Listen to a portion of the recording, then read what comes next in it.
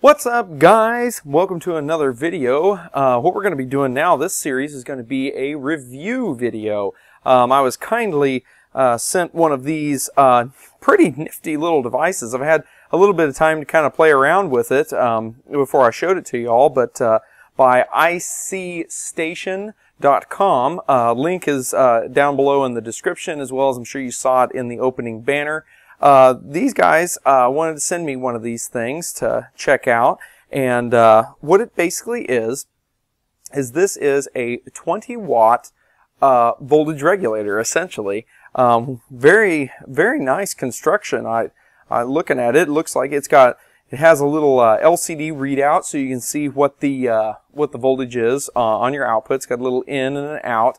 I believe it goes to 40 volts, if I remember right, on the input.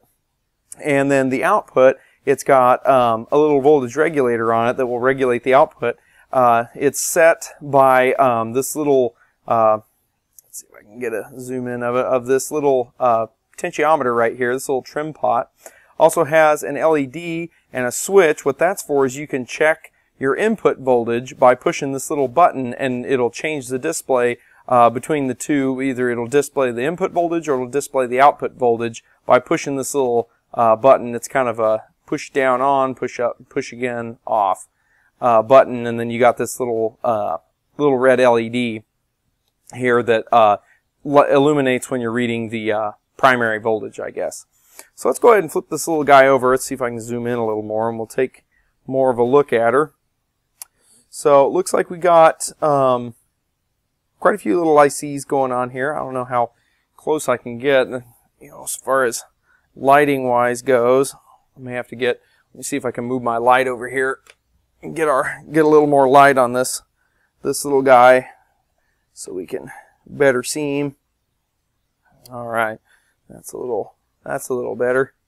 All right, trying not to get glare. Oh, and we lose focus at that amount of zoom. So we'll have to let her focus back in. I need to get a one of those macro lenses or whatever they are for this guy. So it looks like we got probably a little microcontroller that's on here, as well as some other, I believe that's probably going to be the regulator or some sort of, I don't know, without being able to zoom in, they can't show you guys exactly what this is. Some diodes, probably some protection circuitry, decoupling capacitors, and all that fun stuff. So really a fairly simple design here.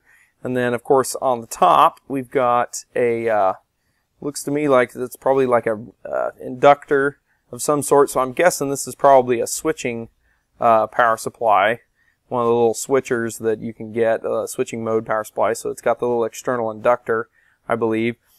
And then we've got then the 7-segment display here. We got a 3-digit 7-segment display.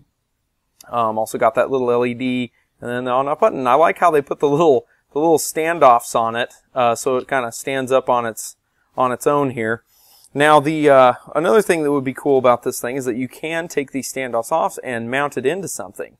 So that could be kind of cool. However, one little drawback, zoom out a little bit, a little drawback that I would say about it for mounting it inside something is the fact that if you look at it, the display here isn't exactly the tallest thing around. Now I guess what you could do is, like I was wanting to be able to mount this inside of some sort of box and put some some of the little connectors, banana plug, put some banana jacks, wire some banana jacks out from these guys to where you'd have some banana jacks going on. I mean, the screw terminals are nice, but I guess you could take and I guess wire these back in, to go ahead and wire them to banana jacks. If you just put some post tops on a box. Let's see, I don't know, I have some random box here somewhere. There we go. Like this one, like this project case. I drilled it out for some other stuff, but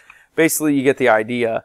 If I can zoom back on this, you could build some sort of a bracket or whatever to mount this little guy in here, and then you could take this top part and maybe punch some holes. Obviously not that big. Put some banana jacks in there. I kind of don't have any. I'm kind of out of banana jack, female banana jacks right now, but anyway, and then that way, and then you could have this little pot poking through, as well as the little display poking through, and then wire these into some banana jacks or something, so that way you can kind of make it like a little piece of test equipment. But what I see it as is it'd be a great way of having 2 power supplies. It's a very cheap way of having 2 power supplies. These are very, very, very affordable on their website. In fact, you got to check them out. They've got some very affordable solutions. They don't just make these things. They make a whole variety of these. In fact, I'll be reviewing another one of their, I guess you'd say, small embedded tools, if you will, or gadgets that they make here in a later video. But for this one, we'll be just checking this guy out. Now, what I'm going to do is I'm going to go ahead and cable this little guy up, and we'll check out the response of it and see the accuracy of it. We'll hook it up to a meter and everything, and we'll look at the display and see what kind of outputs we get versus various inputs. So we'll be back in just a second. Okay, guys, I'm back, and we got got it all cabled up here. Got it all hooked up to my old trusty meter, so we'll turn the meter on. There we go. Hopefully everybody can see that. All right, I'm going to go ahead and power this little puppy up. We're using a 12-volt input, so we'll power this little guy up. All right, and like I said, I'd been playing with it, so we got her set to 9 volts here. Now, most of the time, we always use 5 volts, so let's go ahead and, at least for our microcontrollers and whatnot, let's go ahead and change her around. Let's make sure, see if my screwdriver is actually the right size for it. So I'm going to go ahead and put my screwdriver in here, and we're going to change it. We're going to, let me try to make sure I can get the screwdriver in there and show you how it's changing at the same time. Okay, so now I'm going to go ahead and I'm going to turn it down to about 5 volts. So we're going to go on down 9, 6. I'll keep on going all the way down to 5. Whoop. So go to about 5 volts there. So what I'm noticing is right at the threshold of the 4.9 to 5 volt range, it's a little off so far as the metering go, the self metering of it goes. But hey, I'm sure that what they're probably doing is they probably just got a volt divider circuit going on there, and they're just ADCing that volt divider is probably what they're doing. It's the cheapest and simplest way to do it, and in fact that's what I would do if I was going to build one of these. So, you know, not too bad. So essentially we got 5.071 on there. That's pretty darn close. And then we can go on up. Let's try 5.5 volts. Now it looks like, yeah, like I said, it looks like we got just a little bit of error in it, but for the most part, it's 5.5, so it is at least 1/10 of a volt accurate. If I go down to 5.4, yeah, see 5.4, and then we get up to the 5.5. So it looks like it's at least 1/10 of a volt accurate, which most of the time, that's all you really need.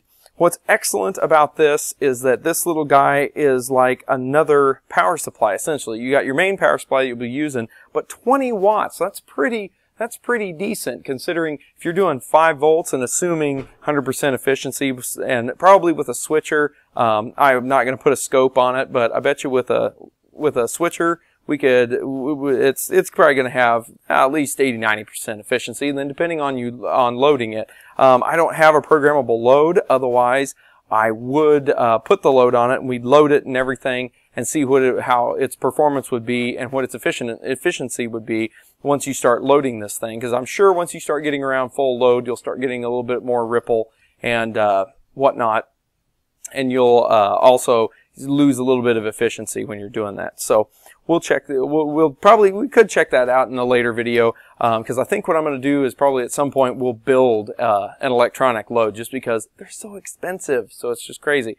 But anyway, that's basically it in a nutshell. You know what? Actually, I think what we're going to do is we will go ahead and throw this on a scope. Let's go ahead and do that. Let me go ahead and put the scope together, and we'll get this on the good old oscilloscope, and we'll check what kind of ripple and whatnot it has. All right? Be back in a flash. Okay, guys, looks like we got the old software scope going on here. what we got going on is looks like we got a really nice clean power out of this thing. And like I said, I thought that this was probably some sort of a switcher, but you know what? I was wrong.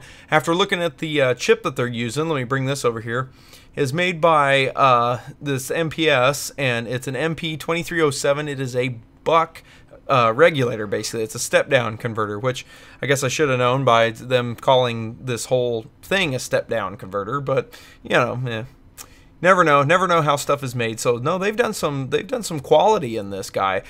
Use this guy. That's what the inductor's for. On the output, they used a pretty cool chip here.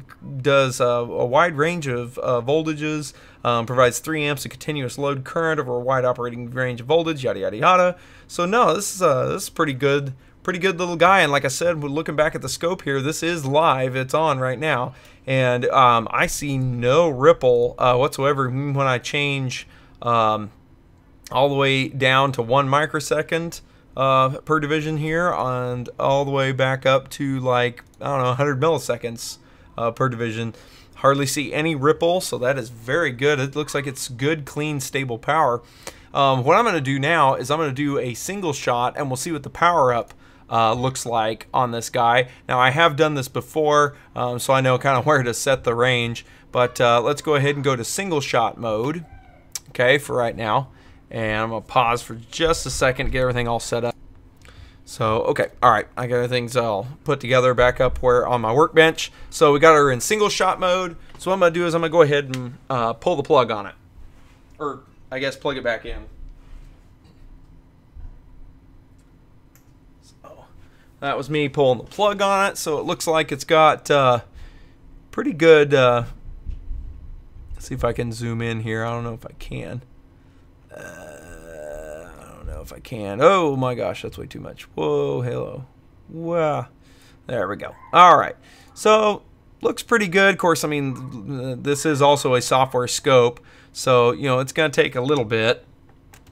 So, it looks like it's got a little ways. It's got a pretty good hefty cap on it, which I remember looking at it on the back. It looked like it was a 1210 or something like that, you know, package. So, it was pretty hefty cap that was sitting on that. So, it takes about 10 milliseconds, as you can see, to more or less power off. So we'll see what it does on the upswing. So we'll go ahead and reset this. Let's go back to 100 milliseconds.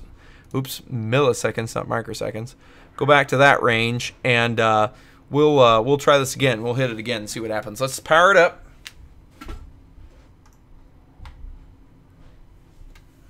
Let's see what it does. Oh, wait. The scope's kind of finicky. You have to go back to auto mode. There we are. Power it down.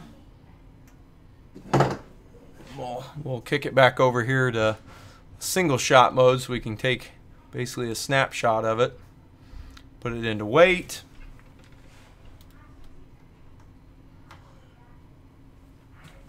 There we go. All right. So, looks like we missed it by a little bit, so let's, whoops, increase the timing a little bit, not decrease. There we go. Looks like it's right around in there. Not real sure how to move the display around. It looks like I don't know if I can. It's a new software scope. I'm getting an actual scope, so hopefully we won't have to deal with this much longer. In the range of, looks like it's around 18 milliseconds roughly, something like that for the power. Yeah, let's give it a little bit. Yeah, about 13. So about 13 milliseconds or so to power up. So yeah, it's got a pretty hefty cap on the output. Let's see, what does the manufacturer recommend? Let's look back at their little diagram. Assuming that they followed their little diagram here. If this is the output, yeah, we've got a pretty good size one. We got a 22 microfarad. Woo! Wow, 22 microfarad. That's a lot.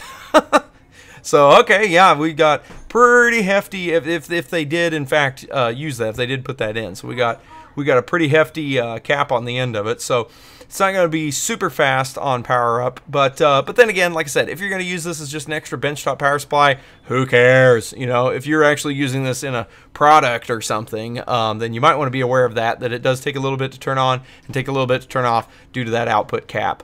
But let's go ahead and hit the bench back up real quick, and we'll finish off the video at the bench. Be back in a second. Okay guys, we're back at the bench. So now, just to finish this off, I didn't show you the little button here.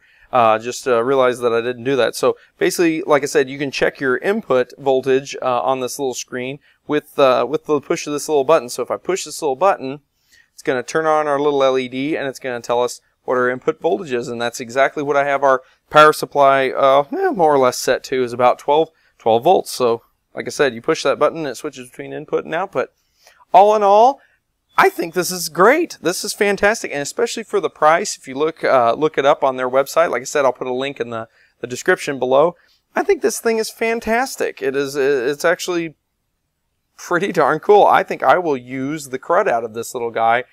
Just because, you know, there's lots of times when, especially in like battery products, you know, and I may play around with this a little more to see if I can't make some sort of a battery simulator out of this little guy somehow. You know, basically put a stack power of so much, and then try to do like maybe individual cells with these guys or something like that, and see if I can maybe make that work. I don't know. I'll do something to play with. But I think it'd be great for if you have, you know, multiple power supplies. So if you're dealing with stuff that maybe has a 24 volt input, but then it has 12 volt and it needs 5 volt and all that stuff, you know, maybe those different things. Or you've got, for instance, the Arduino sprinkler system or something like that I did previously. You could plop in to be testing with. You could put your bench supply at the 24 volts that is needed for the solenoid, but then pull off of that one of these little guys, regulate it down to 5 volts or whatever you need, and go that way. This could also, because it was so stable, what I thought was neat about it is you could also use this as an external voltage reference if you wanted to. Because let's see, that's another question I have. Let's see how low can we go. Let's see how low can this thing buck. See if we can get down to really low. Whoa. See if we can get down. How low can we go? Let's see here. At 1.3 volts. This is fantastic. Oop, my screwdriver's about to scoot off. Let's see how low can we go. Can we do it down into millivolt regions? Out there. That looks like that's about as far down as we can go. It's about it shows about 0.8. It's actually about 0.9181. It's about as far down as you can go. So I'd say anything 1 volt or above. Let's see what kind of precision can we get on this little puppy. If I go down to 1 volt, 0, can I get like 1.001? Can I actually get there? I have a feeling I can probably actually get there. Ooh, really close. Really close. Really close. 1.007. Really close. All right. So that looks like that would be pretty good. Hey, you know what? While we're at it, let's definitely put this thing through its paces. Let's give ourselves 5 volts. Just because I'm sorry I'm taking up lots of time in this video. If this video is getting too long, you can probably stop right here, because this is about, you know, what it is what it is. But let's go ahead and kick it right here at about 5 volts. Looking at our meter. Let's see how much this puppy drifts with temperature, shall we? Real fast. I got my hot air rework gun over here, so let's just hit it with a bit of heat, and let's see what this little puppy can do. So I'm gonna let this heat up. Let's see, my light may flicker, so I apologize for that, because this little hot air rework thing, it flat sucks some juice to make it work. So I'm gonna take the little hot air rework pencil, and I'm just gonna start heating all this up. I'm gonna heat up this little pot resistor. We can see it moving around. See all of it moving around. We're just gonna kind of heat things up a little bit, see what it does. Wow, the thermal drift isn't too bad. It's not too bad. It's taking. See. Let's watch Mitch burn his fingers here. Let's see. Let's heat up the ICs on the bottom. Let's see what that does. Yeah. Well, that's pretty good. Look at that. You see that up here on the meter? It's not drifting very much at all. I mean, it's getting pretty warm here. We're staying at a solid 4.99. So I say we can heat up that little pot right there. Let's heat that little guy up. That's pretty good. Oh, there we go. We got 10 millivolts or so. Of course, I'm like all over the place. I'm watching the meter, and also I'm trying not to burn this thing either, because this puppy gets hot. So, well, that's pretty impressive too. So thermally, it does quite well too. So of course, I don't have any freezer spray on me or anything like that to cool it down. But I'm betting that even going cold would probably be pretty good. So it stays pretty solid. 4.99. So that was pretty impressive, even with all that heat. Which, woo, yeah, I got it fairly hot. So even thermally, it does quite well. Let's see, what is it saying for? That's a little off on the input voltage. Well, no, not bad. No, I take that back. No, sorry, my power supply. I bumped my power supply. That was why it was at 0.1. Okay. Yeah, no, it looks pretty good. Looks like a pretty solid little guy. So, hey, I recommend this. Actually, I do. I put my stamp of approval on it. This is quite an interesting little guy. I don't know if I really need the check the input voltage, because if I was if I'm using the benchtop power supply, which is probably what I'll be using this for, I don't know if I really need that feature.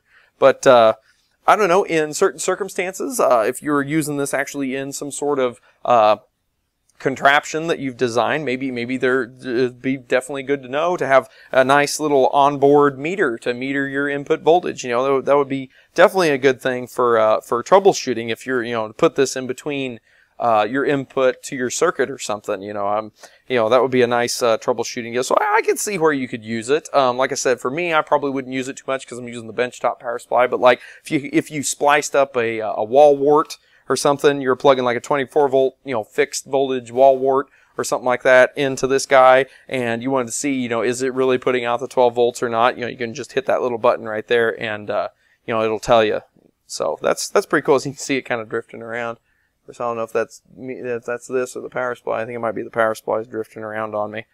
But anyway, yeah, looks like a solid little product here. So thumbs up. I like it. I will use it. So guys, I recommend that you check that place out. They've got a ton of cool stuff. Not just this. They have a ton of cool things. I've got another product from them that I'll be reviewing in a separate video, but they got lots of neat things. They got servo motor drivers. They got regular motor drivers. They even have stepper motor drivers. They also have different, I think they sell the Arduinos. I'm not 100%, but I think they sell lots of different getting started in embedded coding kits. They even have an FPGA kit, which I think I got my eye on.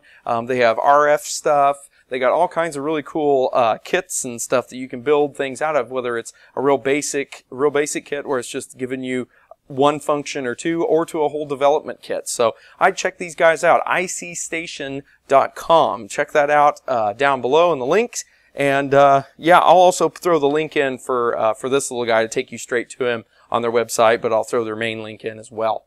Alright guys, that's all the time I got today for this little review section. Sorry, hopefully this video wasn't too long since I did it in segments. Kind of don't know the total time, but anyway, that's the review of their 20 watt step down converter that they got up there. So check it out, check their place out, and while you're at it, if you haven't subscribed yet, push the subscribe button and check out more videos from me, as well as if you liked what you saw, throw a like on there. It sure helps me out, helps out all the YouTubers and the content creator community out here. Throw a like on, and if you have any questions, comments, or anything like that, throw that down in the below section where the comments are, and all that jazz. Like, subscribe, share, all that fun stuff. Guys, I think with that, I'm out. That ought to do it. Take care, guys. We'll see you next time.